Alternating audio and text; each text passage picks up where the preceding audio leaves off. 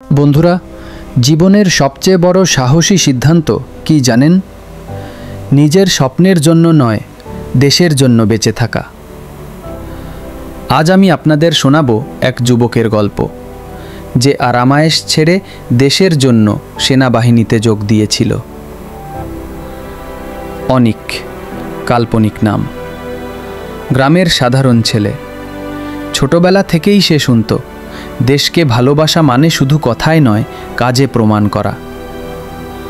যখন বন্ধুরা চাকরির খোঁজে শহরে গেল, অনিক ঠিক করল সে আর্মিতে ভর্তি হবে। কিন্তু তার পরিবার রাজি ছিল না। সবাই বলল, সেনাবাহিনীর জীবন কষ্টের, বিপদের, সেখানে কেন যাবি?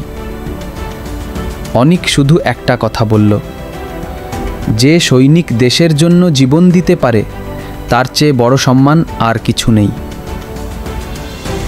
আর্মির ট্রেনিং সহজ ছিল না। ভোর 4টায় উঠে দৌড়, ঘন্টার পর ঘন্টা এক্সারসাইজ, গরমে শীতে পরিশ্রম। অনেক সময় মনে হতো শরীর ভেঙে যাবে, কিন্তু অনিক থামেনি। প্রতিদিন নিজের ভেতরে বলতো, আমি শুধু নিজের জন্য দৌড়াচ্ছি না, আমি আমার দেশ।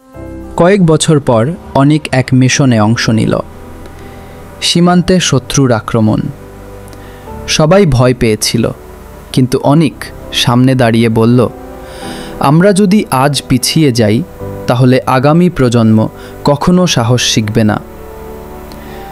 সে নিজের জীবন বাজি রেখে লড়ল আর পুরো টিমকে বাঁচালো। অনিকের সাহস দেখে সবাই অভিভূত হয়ে গেল। তখনই প্রমাণ হলো, একজন সৈনিকের শক্তি শুধু অস্ত্র নয়, তার অটল মনোবল। বন্ধুরা, একজন আর্মি শুধু নিজের পরিবার নয়, পুরো দেশকে রক্ষা করে। তারা আমাদের জন্য দিন রাত পাহারা দেয়, কষ্ট সহ্য করে, কখনো কখনো নিজের জীবনও দেয়। আমরা যদি ছোট ছোট কষ্টে ভেঙে পড়ি, তাহলে কেমন করে তাদের ত্যাগের মর্যাদা দেব? তাই আমাদের সবার উচিত নিজের জীবনের লড়াইগুলো আর্মির মতো সাহস নিয়ে মোকাবিলা করা। মনে রাখবেন, একজন সৈনিকের আসল শক্তি তার বুকের ভেতরের সাহস। আজকের গল্প যদি আপনাদের ভালো লেগে থাকে, তাহলে লাইক, শেয়ার আর সাবস্ক্রাইব করুন।